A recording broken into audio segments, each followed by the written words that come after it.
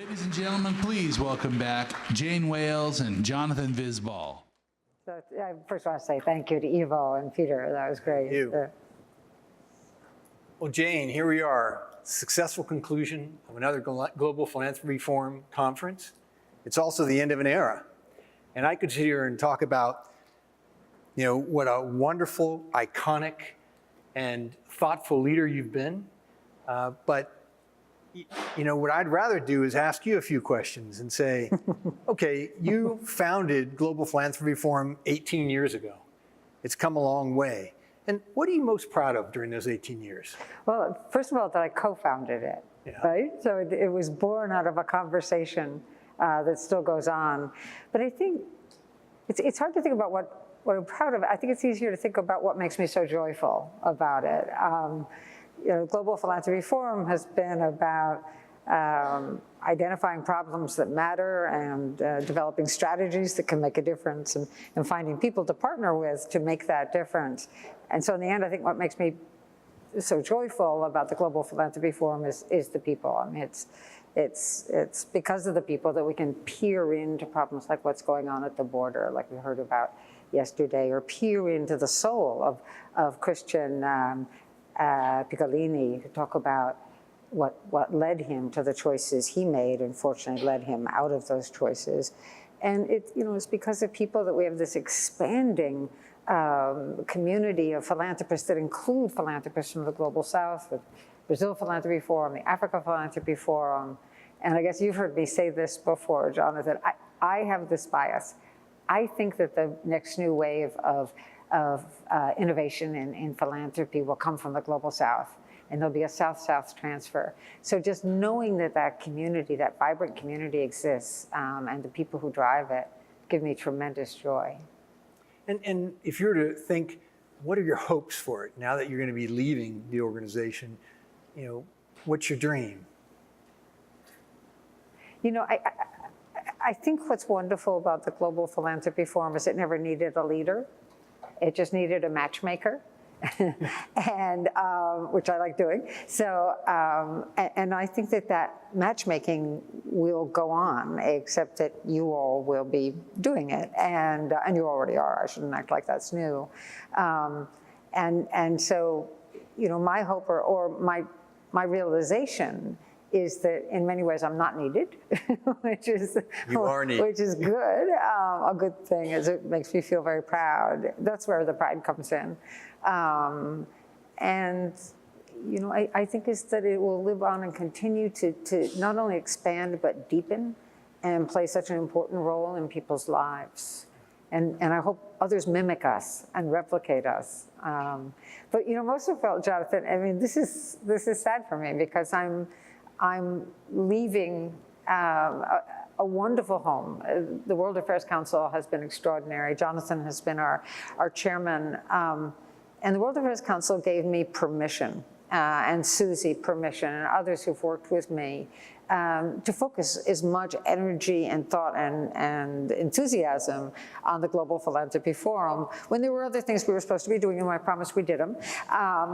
But there is this openness that has made so much possible and made me, my gosh, I'm leaving on the 21st year of this role. I never thought I would do anything for 21 years.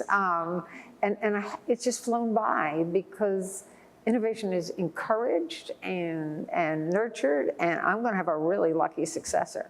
Well, and we've been honored and so thrilled to have you lead the organization for almost 21 years. It's been a fantastic ride. And what's interesting is you can never replace a founder.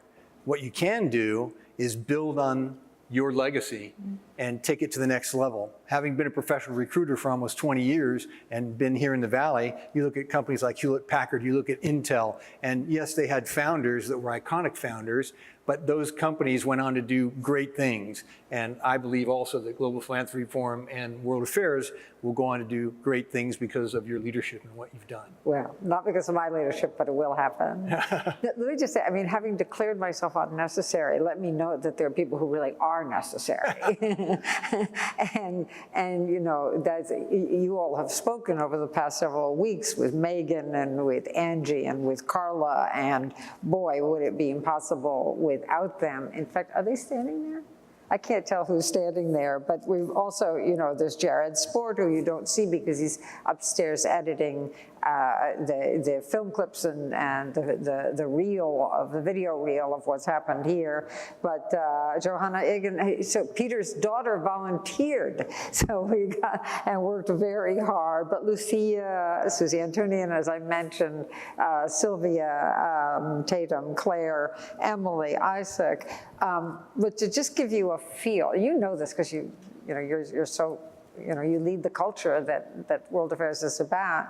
But you know, 2 alums are here. You know, Sawako, remember Sawako Clarence? She used to run Your Lives. And next to her is Ashley Ray, who also, you know, ran the part of Your Lives that Sawako left alone. You know, that community lives on, even though they've moved on to, you know, very different jobs in very different places. So. Well, and the community will really live on. Global Philanthropy Forum will live on. And Jane, we really hope that you will come back and join us many times. And tell us, what are you going to do next, though? I thought you were going to say you hope I live on, and I was feeling a little shaken by that. You know, did you hear something that I don't know?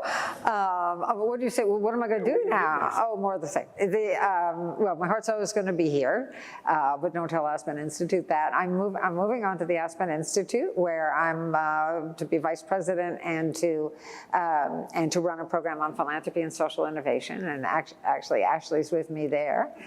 She's moved with me. He moved a while ago with me. I didn't just steal her right now. I don't want you to think I'm that evil.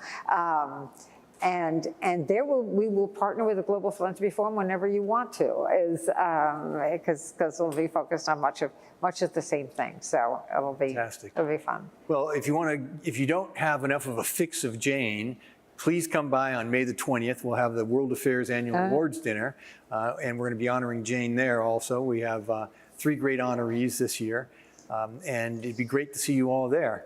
But in the meantime, why don't we break for lunch? Thank you very much for attending the conference, and let's say hi. Actually, I just have one other thing to say, which I didn't say, and I'm going to tell you. Where's the picture of the girl, the Algerian girl, who was on the cover of your program book? Is that 20-year-old girl, and she was agitating, protesting for greater transparency in Algeria. And during this conference, not because of us, but because of her and others like her, the Algerian president stepped down. And this is what she had to say: "I'm happy, I'm excited, and I'm scared," said this 20-year-old student from Algiers. "This is just a first step. We'll keep going until we have a fair, transparent elections and a new government." So there's a reason for us all to be here. Thank you. Thank you.